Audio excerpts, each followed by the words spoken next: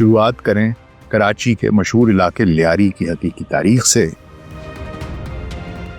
न सिर्फ पाकिस्तान की एक तारीखी और जिंदा दिल बस्ती की कहानी है, बल्कि इसे मस्क करने वाले प्रोपेगेंडा की भी हकीकत को बेनकाब करेगा। वो शख्सियात जिनको के जिक्र किया गया है, फिल्म धुरंधर में दिखाया गया है, रहमान डकैत हैं, चौधरी असलम हैं, मेजर इकबाल हैं, मेजर मोहित शर्मा हैं, अजीत दोवल हैं। 1990 की दिहाई से गैंग वॉर्स शुरू हो गए और लियारी नो गो एरिया बन गया। मीडिया और फिल्मों ने इसे सिर्फ तशद्दुद की अलामत बना दिया। आप वो वाहिद मुल्क हैं जो जेनोसाइड करते हुए इसराइल को गले लगाते हैं, पप्पियां देते हैं। This is the true face of Nandu, this is the true face of BJP, and this is the true face of RSS and New Bollywood. और इसी की वजह से बॉलीवुड की क्रेडिबिलिटी जीरो हो चुकी है।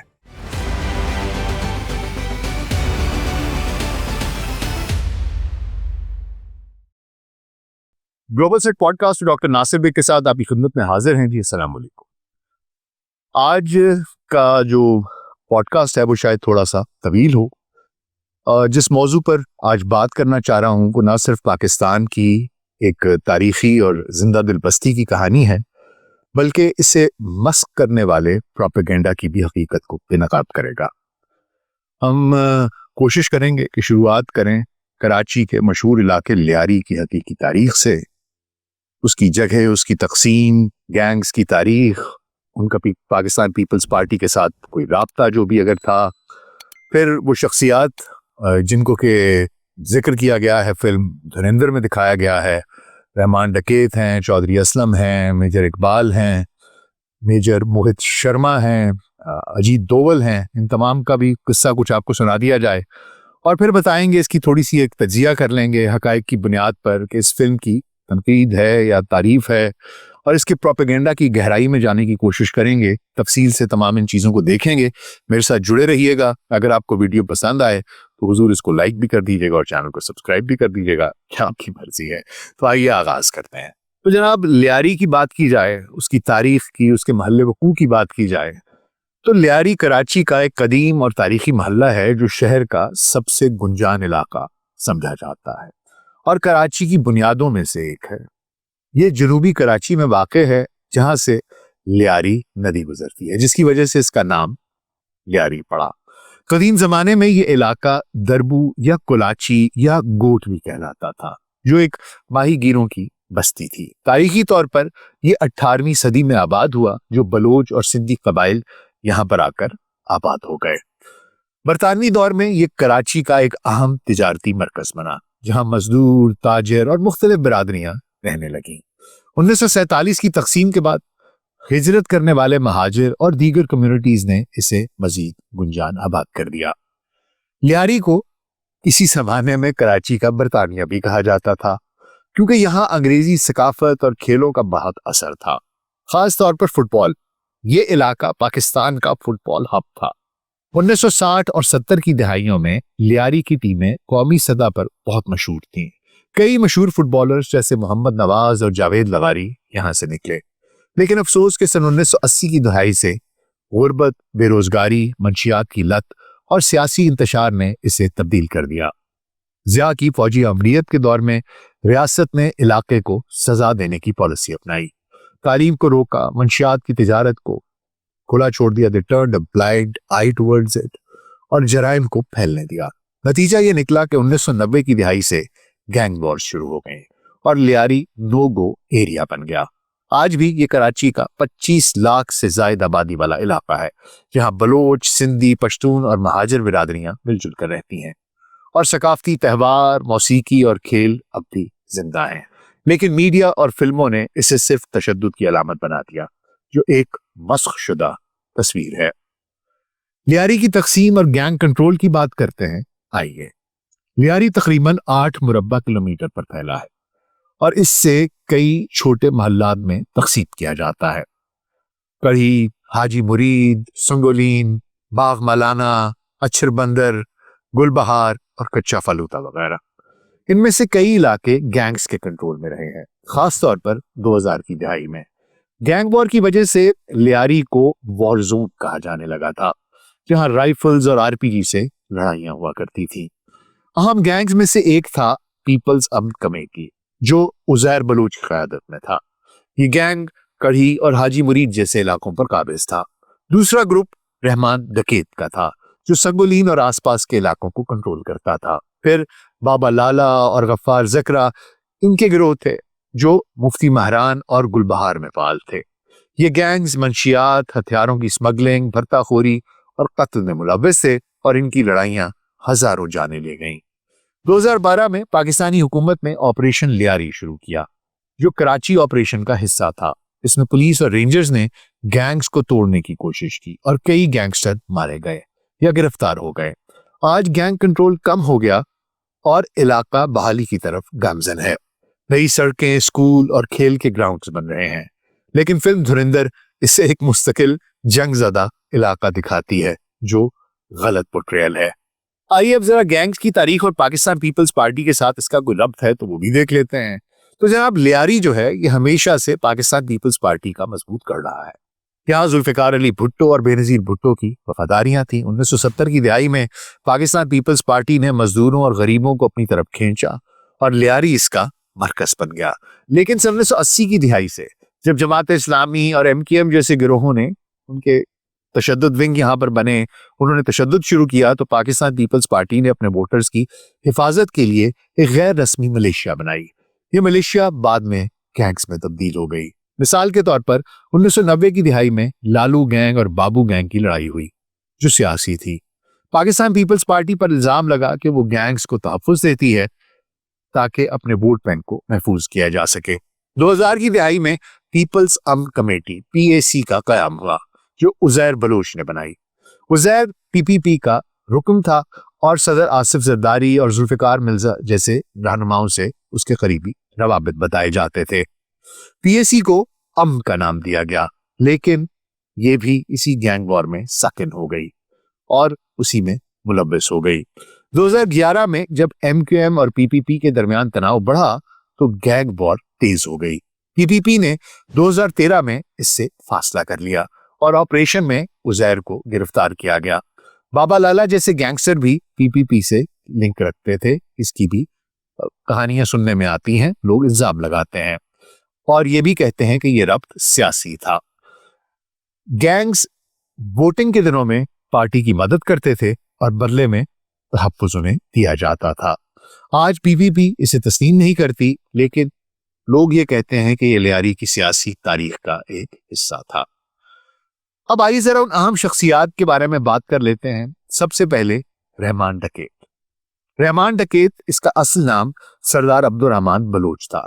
1975 या 1979 में लियारी में पैदा हुआ। उसका बाप मोहम्मद दादल या बाबू डकैत एक मशहूर गैंगस्टर था, जो सन 1990 की दिहाई में मारा गया। रहमान ने 13 साल की उम्र में अपना पहला कत्ल किया, एक छुरी से हमला किया और एक शख्स को जख्मी कर दिया, जो बाद में जाबर ना हो सका। बाप की मौत के बाद इसने गैंग को संभाला और लियारी के सिंगोलीन, कढ़ी और आसपास के इलाकों पर कब्जा कर लिया। वो मंशियात, हथियार और भत्ता वसूली में मुलव्वस था।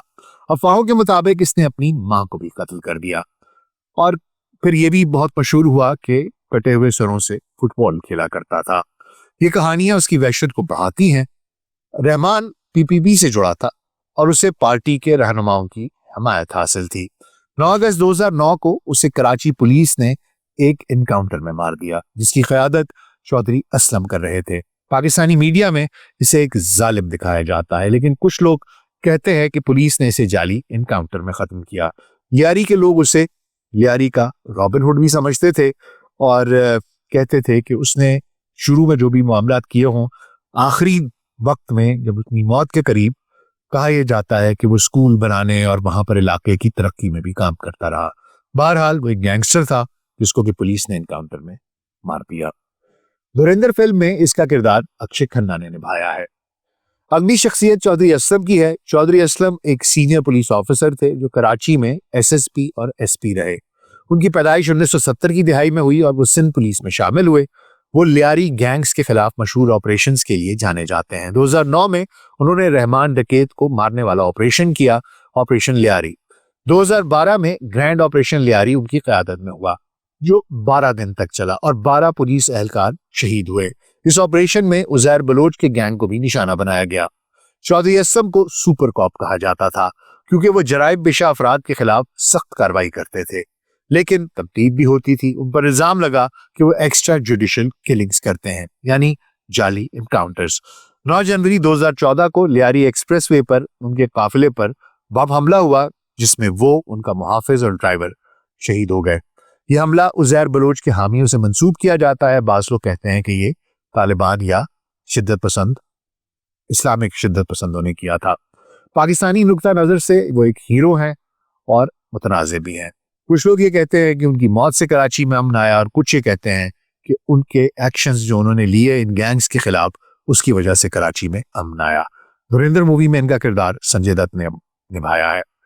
मेजर इकबाल की बात कर लेते हैं जनाब, जो ISI के एजेंट थे, दिखाए गए हैं फिल्म में, और ये अर्जुन रामपाल जो हैं उन्होंने मेजर इकबाल का किरदार अदा किया है। एक ISI के ऑफिसर जो हिंदुस्तान को ये दिखाया गया है कि जी नुकसान पहुंचाने का मंसूबा बना रहे हैं। हकीकी तौर पर मेजर इकबाल का कोई वाज़े वजूद नहीं मिलता जो लियारी गैंग से बराह रास्त जुड़ा हुआ हो। तहकीक से पता चलता है कि ISI ने गैंग वॉर्स में सिर्फ इतना किरदार जरूर अदा किया होगा कि गैंग्स को कमजोर करने की कोशिश की गई हो, या हो सकता है आपस में गैंग्स और MKM को किसी तरीके से कि वो आपस में एक दूसरे को कमजोर करें, इस तरह की बात हो सकती है कि किसी के ऑपरेशन में कभी किसी को मदद की हो जिसकी भी कोई वाज़े सबूत नहीं मिलता। और कुछ रिपोर्ट्स में एक मेजर राना इकबाल जैसे नाम आता है जो ISI के ऑपरेशन से जुड़े हुए थे, लेकिन उनका लियारी से खास कोई रब्त नहीं था।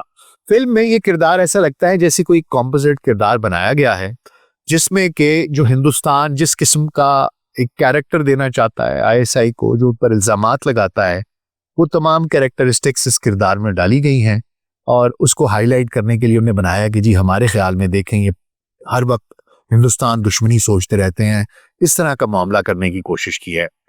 अगर पाकिस्तानी नुक्ता नज़र से या हकीकी नुक्ता नज़र से देखें तो ISI ने गैंग्स को कंट्रोल करने की कोशिश की, ना कि जरिए कोई दहशतगर्दी फैलाने की।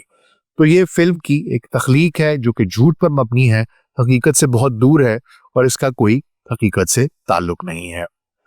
आखिर में मेजर मोहित शर्मा की मैं बात कर लूं, जिसे फिल्म में हिंदुस्तानी जासूस दिखाया गया है। हकीकी मेजर मोहित शर्मा जो है ये एक हिंदुस्तानी फौजी अफसर थे। ये 13 जनवरी 1978 को रोहतक हरियाणा में पैदा हुए।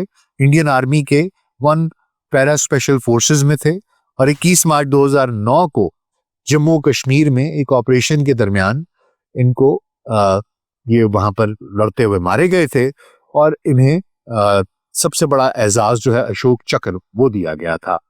लेकिन कोई सबूत नहीं है कि वो पाकिस्तान में कभी आए थे, कोई जासूसी की थी या लियारी से जुड़े हुए थे। फिल्म धुरंधर ने उनकी जिंदगी पर डेफिनेटली उनका नाम शायद इस्तेमाल करने की कोशिश की है, लेकिन ये जो किरदार बनाया गया ये भी बिल्कुल एक फर्जी किरदार है जिसका हकीकत से दूर दूर तक कोई ताल्लुक नहीं है, ना ही उनकी असल जिंदगी से कोई ताल्लुक है।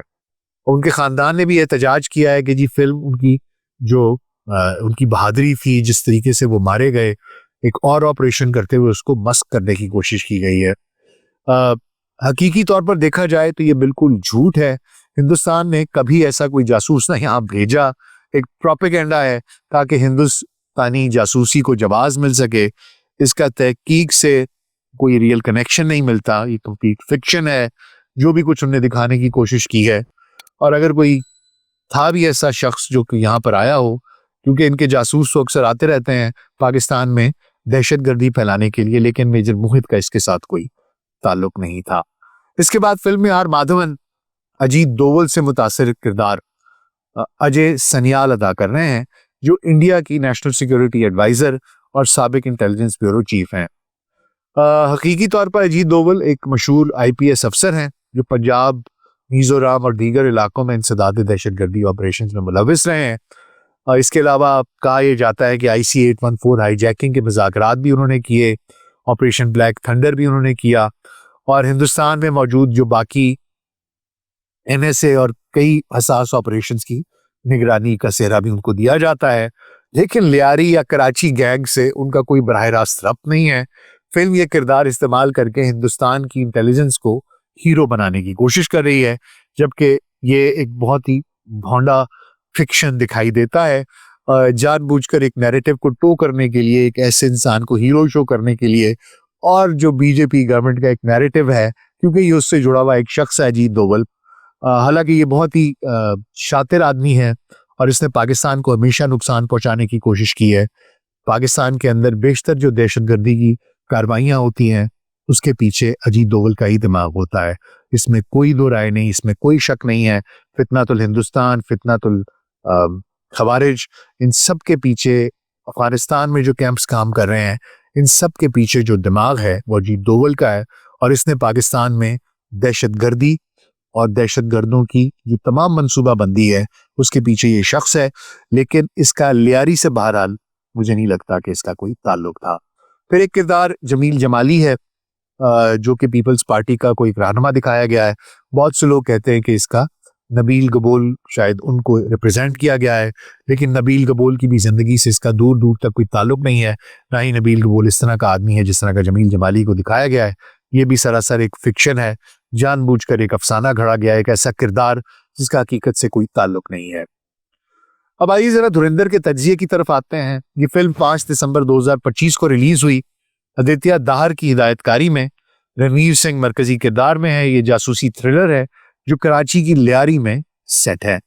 कहानी एक हिंदुस्तानी जासूस हमजा, उसके गिर्द घूमती है रणवीर सिंह के, जो 2004 में लियारी में जूस की दुकान पर काम करते हुए रहमान डकैत के गैंग में घुस जाता है। और संजय दत्त जो कि चौधरी असलम का किरदार अदा कर रहे हैं, अक्षय खन्ना रहमान डकैत का, अर्जुन रामपाल एक ISI ऑफिसर, मेजर इकबाल का, और R माधवन अजीत दोवल का।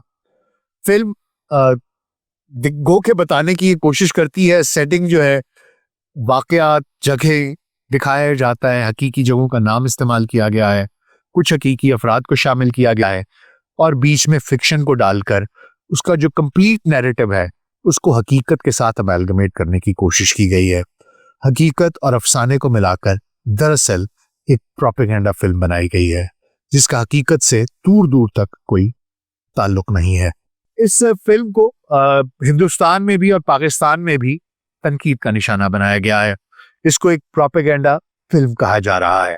इससे कता नजर कि लोगों ने इसमें क्या अदाकारी की और क्या किया वो एक अलग कहानी है, लेकिन जिस तरीके से मस्क किया गया है हकाइक को, जिस तरीके से कहानी को ट्विस्ट किया गया है, पाकिस्तान को दहशतगर्दी का एक मरकज दिखाया गया है जो इस्लामोफोबिया फैलाने की कोशिश है।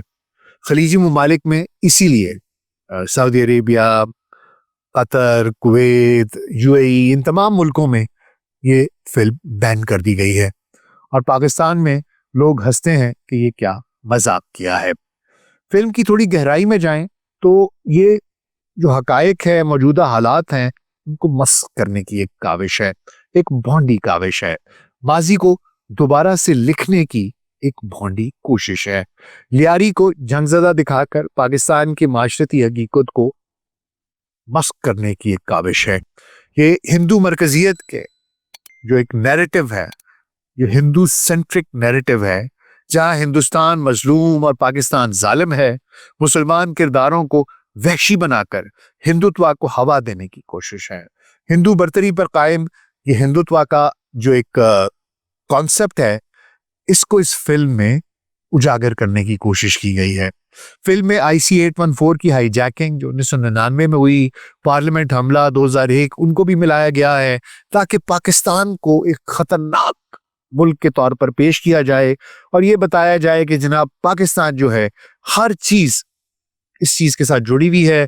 फिर जो मुंबई के हमले हुए थे 26 नवंबर 2008 को, उसके लिए भी जोड़ दिया गया कि जी रहमान जो है वो इसके साथ जुड़ा हुआ था, हालांकि कोई दूर दूर तक कोई ताल्लुक नहीं है रहमान डकैत का, और उसको जानबूझकर ISI से मिलाया गया, एक फर्जी किरदार मेजर इकबाल बनाया गया और फिर दिखाया गया कि जनाब वहां पर हमले हुए तो पाकिस्तान जो है वहां पर जश्न मना रहे हैं कराची वाले, जो कि झूठ पर मबनी है।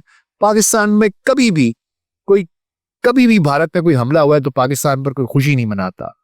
पाकिस्तान में हमेशा अफसोस ही होता है कि एक इंसानी अलमिया हुआ है और अब हम मजम्मत करते हैं। जो कुछ आप दिखा रहे हैं पाकिस्तान को कि जैसे पता नहीं कोई पागलों का मुल्क है जिनका काम सिर्फ और सिर्फ भारत से नफरत करना है और कुछ नहीं है, ये सिर्फ और सिर्फ हकीकत को, हकायक को झुटलाने के मुतरादिफ है, सच को झूठ दिखाने के मुतरादिफ है, जो कि असल में एक बिजाली फितना है जो बीजेपी और आरएसएस का असल चेहरा है। इसके अलावा एक और तजाद फिल्म में पाकिस्तान पर दहशतगर्दी का इल्जाम लगाया गया है और दूसरी तरफ देखा जाए तो हिंदुस्तानी जासूस को हीरो बनाया गया है जो सरहद पार करके इन्फिल्ट्रेट कर रहा है। हमजा साहब लिहारी में घुसे हुए हैं, दहशतगर्द नेटवर्क चला रहे हैं, यानी कि हिंदुस्तान खुद इस बात का इकरार कर रहा है कि वह जासूसों को पाकिस्तान में भेजता है ताकि वो दहशतगर्दी करें। और पीछे दिमाग दिखाया गया है अजीत डोवल का। जासूसी आप कर रहे हैं, जासूस आपका हमारे मुल्क में आया हुआ है, पीछे दिमाग आपके स्पाई मास्टर का है। पाकिस्तान में आप घुसपैठिए बिठाए हुए हैं, वेपन आप उनको दे रहे हैं, पाकिस्तानियों को आप मरवा रहे हैं, यहाँ पर हमले आप करवा रहे हैं और दहशतगर्दी हम हैं। वाह शैम्पी वाह, क्या बात कहें आपको हुजूर। आपका जासूस जो है वो मुहिब्बे वतन है, पाकिस्तान उसको रोकने की कोशिश करे तो वो दहशतगर्द है। दहशतगर्दी आप करें, यही कुछ कौन था कुलभूषण यादव, किसने उसको पकड़ा, क्या हुआ, इससे पहले आप बात कर लें, वो सर्वजीत सिंह की बात कर लें, बाकी लोगों की बात कर लें, वो कौन लोग थे? वो आपके जासूस थे जो यहाँ पर आए और हमने उनको पकड़ा। आज भी फितना उल हिंदुस्तान, फितना उल खवारिज, उनकी आप पुष्टपनाही कर रहे हैं, आप उनको फंड्स दे रहे हैं, आप उनको वेपन्स दे रहे हैं, आप उनको ट्रेनिंग करवा रहे हैं अफगानिस्तान में और कहते हैं कि जी हम बुरे हैं। इतनी बड़ी मुनाफकत है कि जिसकी कोई हद नहीं है। दरअसल जनाब ये सब हिंदुत्व की एक तौसी है जो बीजेपी की सियासत का एक बुनियाद है, उसका एक हिस्सा है। हिंदुत्व पाकिस्तान और इस्लाम की नफरत पर कायम है ताकि हिंदू वोट को मुत्तहिद किया जा सके, हिंदू वोटर्स को मुत्तहिद किया जा सके और इंतखाबात जीते जा सकें। खेल सबका सब चुनाव का है। फिल्म उस आग को जलाती है जो मुआशरे को तकसीम करती है। माजी की फिल्में जैसे कश्मीर फाइल्स हैं, वो कश्मीरी हिंदुओं की हिजरत पर है, मुसलमानों को निशाना बनाती है। द केराला स्टोरी है जो जबरदस्ती मजहब की झूठी कहानी फैलाती है। फिर उरी है, सर्जिकल स्ट्राइक, जो इसी डायरेक्टर ने बनाई हुई है, वो भी पाकिस्तान के खिलाफ फौजी ऑपरेशन पर है, उसको ग्लोरीफाई कर रही है। फिर गदर 2, इस तरह की हजारों फिल्में हैं। ये सब क्या है? ये एक सोची समझी स्कीम के तहत पाकिस्तान को बदनाम करने की कोशिश है। मुझे जॉर्ज ऑरवेल का जो 1984 नॉवल है वो याद आता है कि वो बताता यह है कि आप जब बिग ब्रदर सबको देखता है, जो लोगों के दिमागों को कंट्रोल करता है, वो सिर्फ हाल ही को नहीं बदलता, जैसे ही वो अपनी पॉलिसी तब्दील करता है तो वो माजी की तमाम चीजें भी बदल देता है, हिस्ट्री को रीराइट कर देता है। और इस वक्त मेरे नंदू की क़यादत में जो बीजेपी और आरएसएस है, ये मिलकर ये सारी की सारी फिल्में इसलिए बना रहे हैं क्योंकि ये हाल ही को नहीं बल्कि माजी को भी रीराइट करना चाहते हैं, उसको बदलना चाहते हैं, उसको झूठ से भरना चाहते हैं। किस लिए? ताकि हिंदुस्तान में मुस्लिम नफरत और पाकिस्तान नफरत हो सके। देखिए मैं आपको एक बात बताऊं, पाकिस्तान की सियासत में हिंदुस्तान फैक्टर नहीं है। पाकिस्तान की सियासत में हिंदुस्तान के ऊपर बात ही नहीं होती। हमारा कोई लीडर हिंदुस्तान को गाली निकालकर वोट नहीं लेता, ना ही हमारी आवाम को कोई परवाह है कि हिंदुस्तान में क्या हो रहा है। ये एक हकीकत है, जो लोग पाकिस्तान आते हैं उन्हें इस बात का पता है। लेकिन हिंदुस्तान का एक मसला है, वहां पर 30 के करीब अलहदगी पसंद तहरीकें चल रही हैं। बहुत बड़ा मुल्क है, मुख्तलिफ जुबानें हैं, मुख्तलिफ मजाहिब हैं, उन सबको एक जगह पर जोड़ना है। कैसे जोड़ेंगे? आपको एक दुश्मन चाहिए ताकि आप लोगों को बता सकें कि देखो ये तुम्हारा दुश्मन है, अगर तुम मुत्तहिद नहीं होगे तो ये तुम्हें खा जाएगा। आपको वो दुश्मन क्रिएट करना पड़ता है। वो दुश्मन है नहीं, वो आपने अपने लोगों के जहनों पर सवार किया हुआ है, क्योंकि आपको पता है कि इसी के खौफ से आपके लोग इकट्ठे हो जाएंगे। जब तक एक एक्सटर्नल थ्रेट होता है तो लोग आपस में इकट्ठे रहते हैं। आप इसको इस्तेमाल करना चाहते हैं, लेकिन वो थ्रेट आपने सिर्फ पाकिस्तान को नहीं रखा, आपने इस्लाम के साथ थ्रेट कर लिया। आप वो वाहिद मुल्क हैं जो जेनोसाइड करते हुए इसराइल को गले लगाते हैं, पपियां देते हैं, वहां पर जाकर उनके साथ लड़ते हैं। ये नहीं देखते कि वहां पर एक नस्ल कुशी हो रही। क्यों? क्योंकि वहां पर मुसलमान मारे जा रहे हैं। आप अपने मुल्क के अंदर मुसलमानों के साथ जानवरों से बदतर सलूक करते हैं। आपने अपने मुल्क की जो आबादी है, हिंदू आबादी, उसको मुसलमानों के खिलाफ नफरत से भर दिया है। किस लिए? ताकि आपको वोट बने, आपको वोट मिले। मेरे नंदू असल में चाहते तुम ये हो कि तुम सिर्फ इस मुल्क के वजीर आजम रहो जब तक जिंदा रहो, तुम्हारे बाद बीजेपी का कोई और लंगूर आ जाए, कोई और आ जाए। ये तुम्हारी असल नीयत है। ये तमाम फिल्में, बॉलीवुड एक बहुत बड़ा टूल है और बॉलीवुड को इस्तेमाल किया जा रहा है ना सिर्फ लोगों की जहन साजी के लिए, ओपिनियन मेकिंग के लिए, उनके ख्यालात को बदलने के लिए, मौजूदा लोगों को हकीकत को छुपाने के लिए, ना सिर्फ उसके लिए इस्तेमाल किया जा रहा है बल्कि तारीख को भी मस्क किया जा रहा है।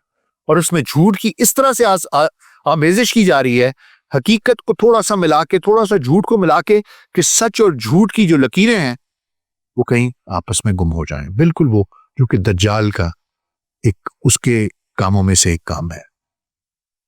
This is the true face of Nandu, this is the true face of BJP and this is the true face of RSS and new Bollywood. और इसी की वजह से बॉलीवुड की क्रेडिबिलिटी जीरो हो चुकी है। बहरहाल वो अपनी कोशिश कर रहे हैं, जो भी है ये घटिया कोशिश पाकिस्तान को बदनाम करने की, अपना गन हमारे ऊपर डालने की। टेररिज्म तुम करते हो, स्पाइस तुम भेजते हो और इल्जाम भी हम पर धर देते हो। खैर, बहरहाल एक अच्छी खबर यह है कि पाकिस्तान मुकाबला कर रहा है। 13 दिसंबर 2025 को सिंध हुकूमत ने मेरा लियारी फिल्म का ऐलान किया है, जो सिंधी जुबान में है और जनवरी 2026 में रिलीज होगी। ये फिल्म लियारी की हकीकी तस्वीर को दिखाएगी, इसकी सकाफत, टैलेंट और मज़ाहमत को। सिंध के वजीर इत्तलात शर्जील इनाम मेमन ने कहा है कि धुरंधर प्रोपेगेंडा है, लियारी तशद्दुद नहीं बल्कि अमन और फख्र की अलामत है। एक अच्छी शुरुआत है ताकि अगली नस्ल झूठे नैरेटिव्स को ना माने। जनाब, बात यह है, आखिर में इतना कहूंगा कि धुरंधर जैसी फिल्में हमें याद दिलाती हैं कि तफरीह की आड़ में नफरत कैसे फैलाई जाती है, प्रोपेगेंडा कैसे किया जाता है। हिटलर याद आ जाता है, क्या खूब प्रोपेगेंडा। और आरएसएस और हिटलर की नाजी पार्टी में कोई खास फर्क नहीं है। इनके निशान भी मिलते हैं स्वास्थ्य का और इनके ख्यालात भी मिलते हैं। This is what they are doing. हमें हकायक पर यकीन रखना चाहिए, तारीख मस्क जहां पर की जाए उसको पहचानना चाहिए, हकीकत को जानना चाहिए, ऐसी कहानियों को मुस्तरद करना चाहिए जो तकसीम करती हैं।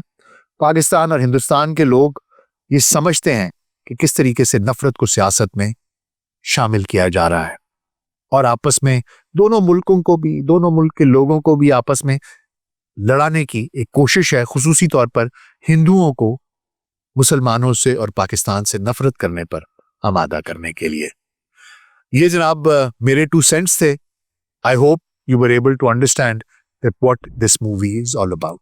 आपका इस बारे में क्या ख्याल है, क्या राय है, मुझे कमेंट्स में जरूर बताइएगा। अपना ख्याल रखिएगा। शुक्रिया।